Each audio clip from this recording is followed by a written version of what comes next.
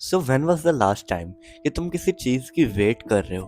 For example, शायद तुम किसी लाइन में लगे हो, तुम अपनी बस की वेट कर रहे हो और एनीथिंग लाइक दैट, एंड तुम एक्चुअल में वेट कर रहे हो। वट आई मीन इज कि जब भी तुम ऐसी चीज़ की कोई वेट कर रहे होते हो, तुम एक्चुअली में वेट नहीं कर रहे होते।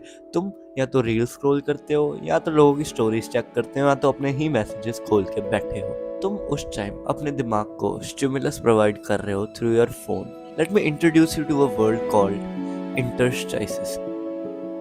अगर तुम 12th क्लास NCERT से इंग्लिश पढ़े हो तो तुम्हें interstices का मतलब तो पता ही होगा। If not, let me explain what interstices mean. Interstices are small gaps between two things. अब ये मैं तुम्हें क्यों बता रहा हूँ? I'm telling you this because our days, जो हमारे दिन होते हैं normal day to day life में, उनमें बहुत सारे interstices होते हैं। वट आई मीन इज कि हमारे दो चीज़ों के बीच में एक गैप होता है। फॉर एग्जाम्पल, तुम्हारी morning routines and your breakfast and your work, इन सारी एक्टिविटीज के बीच में तुम्हारे पास कुछ स्पेयर मिनट्स होते हैं, एंड वो हमारे पूरे दिन में स्कैटर्ड है। हमारे पूरे दिन में इतनी एक्टिविटीज हम करते हैं, तो सबके बीच में कुछ ना कुछ गैप्स होते हैं। I am telling you about these gaps because these gaps no longer exist. ये गैप्स हमारी सबकी लाइफ से खत्म हो गया है। अब तुम पूछ रहे हो कि कैसे?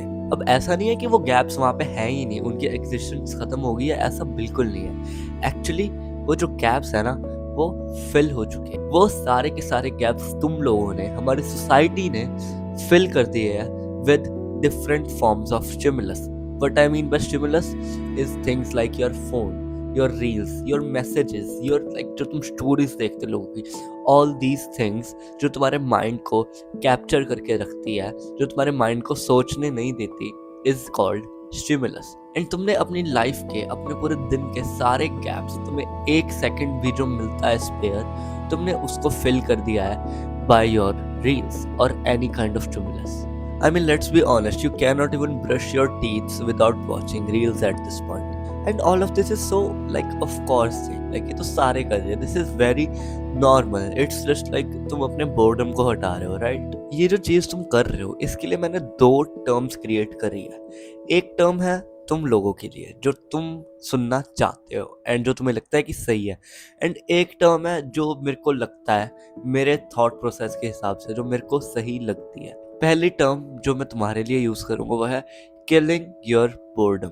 ये चीज है जस्ट किलिंग योर बोर्डम, है ना। एंड द सेकंड टर्म जो मैं यूज करता हूँ वो है killing your own self. And in this video, I'm gonna exactly explain you guys कि why I have given this term, कि क्यों मैंने ये term इस चीज़ को दी है। And by the end of this video, please tell me in the comments कि क्या तुम्हें लगता है कि जो मैंने ये चीज़ बोली है ये over exaggeration है या फिर actually justified है। Hello everyone, my name is Pranjal Sharma and you're watching Pranjal Talks. And let's get started with the first chapter of this video, which is the death of your creativity. Before I tell you anything, do you remember जब तुम छोटे थे and तुम किसी car में travel कर रहे होते थे, तुम्हारे पास कोई फोन वगैरह कुछ नहीं होता था, तुम खिड़की से बाहर देखते थे and you used to imagine a guy जो तुम्हारे साथ भाग रहा है, जो पार्कोर कर रहा है चीजों के ऊपर एंड तुम्हारे साथ भाग रहा है। You remember that, right? And tell me if I am wrong कि जब भी तुम शावर ले रहे होते हो या फिर नहा रहे होते हो तो तुम्हारे दिमाग में सबसे क्रेजी आइडियाज तभी आए होते हैं, तुम्हारे दिमाग में वो सारी आर्ग्यूमेंट्स के रिप्लाई तभी आ रहे होते हैं जब तुम लिटरली शावर ले रहे होते हो। डू यू नो कि तुम्हें वो सारे के सारे थॉट्स उस टाइम क्यों नहीं याद आए जब तुम्हें याद आने चाहिए थे बट शावर में आए? I am gonna exactly tell you why. So the truth is कि जब भी तुम शावर ले रहे हो ना, तुम्हारे पास तुम्हारा फोन नहीं है, तुम्हारे पास कोई भी ऐसी चीज नहीं है जो तुम्हारे माइंड को ऑक्यूपाई करे। तुम बस शावर ले रहे हो एंड तुम साथ में कुछ नहीं कर सकते। तो उस टाइम क्या होता है कि तुम्हारा जो ब्रेन होता है ना, वो फोन की दुनिया से हटता है एंड एक्चुअल दुनिया में आ जाता है, एक्चुअल थॉट से लग पड़ता है एंड एक्चुअल तुम्हारी ही लाइफ के बारे में तुम्हारा ब्रेन सोचने लग पड़ता है। एंड ऑफ कोर्स अगर तुम्हारा ब्रेन तुम्हारी लाइफ के बारे में सोचेगा तो वो न्यू आइडियाज क्रिएट करेगा एंड जो तुमने पास्ट में चीजें करी है वो उसके बारे में सोचेगा एंड उसके बारे में न्यू जजमेंट देगा, क्योंकि अब उसके पास कोई स्टिमुलस नहीं है। वो बहुत बढ़िया आइडियाज जनरेट कर सकता है उस टाइम पे, वो बहुत बढ़िया थॉट्स जनरेट कर सकता है उस टाइम पे, because it does not have any stimulus like your phone. The only time you will generate ideas is when you're thinking. Of course, right? But you neglect thinking by filling all the gaps with different stimulus. What I mean is कि अगर तुम अपने mind को creative करना चाहते हो, new ideas generate करना चाहते हो, तो तुम्हारे दिमाग को एक बहुत इंपॉर्टेंट चीज़ करनी पड़ेगी, वो है थिंक करना.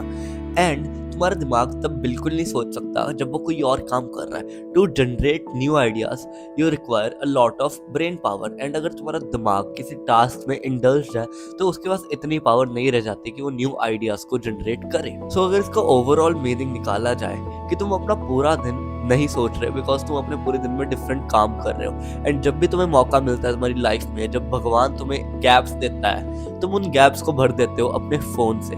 इमेजिन करो कि तुमने कोई जैकेट पहनी है एंड उसमें ढेर सारी पॉकेट्स हैं, एंड तुमने वो सारी पॉकेट्स मिट्टी से भर दी. फिर क्या तुम्हारे पास जगह बचेगी उसमें कुछ नई चीज डालने की? नहीं ना. So this is exactly what you are doing in your own life. तुम अपने सारे पॉकेट्स को, अपने सारे टाइम पॉकेट्स को फिल कर रहे हो विद योर फोन और any kind of stimulus, and फिर तुम एक्सपेक्ट कर रहे हो कि मेरे को new ideas and new creative thoughts क्यों नहीं आते. कैसे आ सकते हैं तुम्हें न्यू क्रिएटिव थॉट्स अगर तुमने जगह ही नहीं छोड़ी है उनके लिए. So let's get to the solution कि तुमने एग्जैक्टली करना क्या. Solution is really simple. जो तुमने अपने कपड़े मिट्टी से भर रखे हैं उनमें से वो मिट्टी निकालो. बट आई मीन इसकी जो तुमने अपने दिन को जो उसमें इंटरस्टाइज वो सारे अपने फोन से भर रखे हैं उसको करना बंद करो. जो भी तुम्हें टाइम मिलता है ना फ्री, जो तुम्हें एक एक मिनट मिलता है एंड तुम फोन निकाल लेते हो, वो एक एक दो दो मिनट खाली बैठो, बोर होवो. Because boredom is the house of new and creative ideas, and that is exactly Y जब तुम छोटे थे और तुम वो कार में बोर हो रहे थे, तुमने वो साइड में वो बंदा भागते हुए इमेजिन किया. Because boredom is actually a very powerful thing which can generate a lot of crazy and new ideas. पहला स्टेप तो तुम्हारा यही होना चाहिए कि तुम ये जो मिट्टी तुम्हारे पॉकेट्स में भरी है इसको निकालो. And the second step should be कि तुम और पॉकेट्स भी क्रिएट करो. अपने दिन में कुछ ऐसे टाइम निकालो कि जब तुम बस अपने माइंड को प्रायोरिटी दे रहे हो, तुम सोच रहे हो, you are just thinking. For example, तुम खाना खाते हुए फोन ना चलाओ, टीवी मत देखो, खाना खाते हुए सोचो. अपने दिन में ऐसे टाइम निकालो कि तुम बिना किसी चीज के वॉक कर रहे हो, literally walk 2000-3000 steps at a time, and बस किसी स्टिमुलस के बिना बस सोचो, अपने दिमाग को यूज करो. That's it. Now let's get to the chapter 2 of this video, which is losing your own self. Boredom is not only the house of creative ideas, the house is actually shared. It is shared with someone very deep within you, and it is you yourself. When you're bored, तुम अपने आप से मिलते हो. You get thoughts about your own self. तुम अपने आप से क्वेश्चंस पूछने लग पड़ते हो कि who I am, what am I doing. जब तुम बोर होते हो तुम्हारे दिमाग में एक बहुत बढ़िया इंसान आता है, the person who you want to become. वो इंसान जो तुम बनना चाहते हो, तुम्हारे दिमाग में वो आता है. तुम उसके बारे में क्वेश्चन करते हो एंड तुम फिर उसको अपने ओन सेल्फ से कंपेयर करते हो. तुम इतना बड़ा डिस्टेंस देखते हो अपने आप में एंड वो इंसान में जो तुम बनना चाहते हो, एंड तुम अनकंफर्टेबल हो जाते हो, तुमको बुरा लगता है, तुम सैड होते हो, एंड तुम साथ ही अपना फोन उठा लेते हो. एंड जैसे ही तुमने अपना फोन उठाया, यू लूज द बैटल.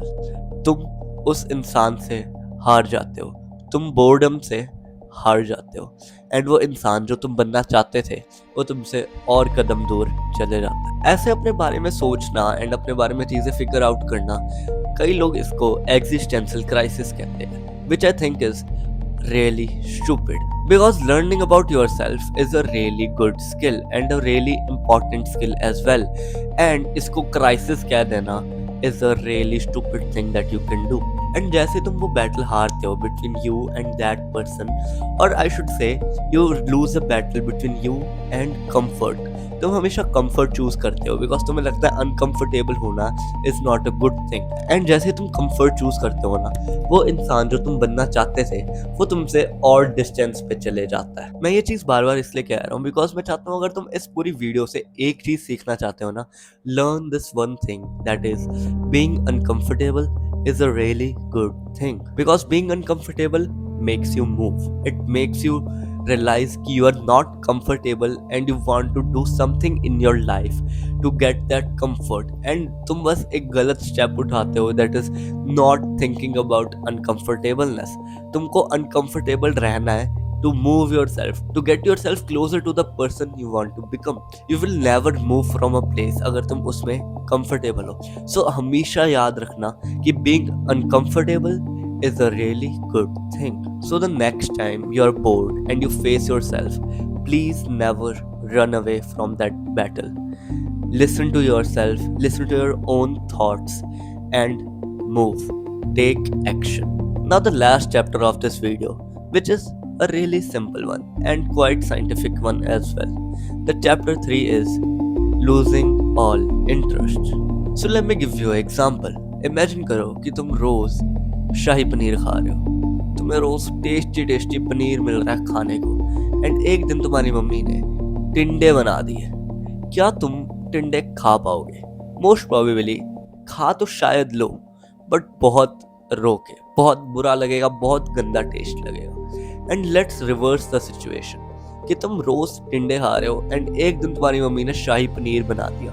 अब वो शाही पनीर की जो वैल्यू है ना, वो तुम्हारे दिमाग में इतनी ज़्यादा बढ़ जाएगी, तुम इतना एंजॉय करोगे वो शाही पनीर रेदर देन जब वो तुम्हें रोज़ मिल रहा था. सो this is exactly what happens in real life. तुम अगर अपने दिन के सारे इंटरस्टाइसेस को, सारे गैप्स को, जब भी तुम्हें टाइम मिल रहा है, तुम उसमें इतनी इंटरेस्टिंग चीज़ें देखोगे ना जो तुम्हारे फ़ोन पे है, द टॉप इंटरेस्टिंग थिंग्स जो लोगों ने डिज़ाइन करी है तुम्हारे अटेंशन को बर्बाद करने के लिए, तुम वो देखोगे, तुम रील्स देखो, तुम ऐसी चीज़ें देखोगे. तो मेरे को बताओ, जब भी तुम काम करने की कोशिश करोगे, क्या वो तुम्हें तुम्हारी रील्स के सामने इंटरेस्टिंग लगेगा? That is humanly not possible. तो this is exactly what you are doing. तुम हमेशा अपने फोन में इंडल्ज्ड हो and you are looking at the most interesting things on internet, the most mind captivating things on the internet, and because of that you will never be able to do work which is boring, which is supposed to be boring. So if you don't want to lose interest in your work, and I am using the term work because it is universal, the term could be literally anything that you want to achieve in your life, because if you want to achieve anything in your life, it is going to be a boring phase. एक phase आएगा जो तुम्हें लगेगा boring, जो तुम्हें लगेगा कि shit यार ये कितना boring है. For example, if I want to become a YouTuber, शायद रिकॉर्ड करना मेरे लिए इतना बोरिंग ना हो, बट जब भी मैं इस रिकॉर्डिंग को अपने एडिट पेज पे लेके जाता हूँ, एडिट करने की कोशिश करता हूँ, वो मेरे को बहुत बोरिंग लगता है. एंड मेरे को बताओ कि अगर मैं हर टाइम रील्स देखता रहूँ एंड ऐसे स्टिमुलस लेता रहूँ, तो मैं कभी भी एडिट नहीं कर पाऊंगा, because I have this another option known as reels and any kind of stimulus जो way better and way more interesting है. So in your life, if you don't want to lose interest in your work and in your passion, please stop getting stimulus in your interstices. अपने interstices को boring रखो, ताकि तुम जब काम करो तुम्हें अपना काम, अपना पैशन इंटरेस्टिंग लगे. That is the best thing you can do if you want to pursue your passion or anything you want to achieve in your life. So this was another thing which shows the power of boredom. Power of boredom is a huge thing. Thank you so much for watching this video. I hope you learned something great today. I'll see you in the next one with another crucial topic. Till then, bye bye.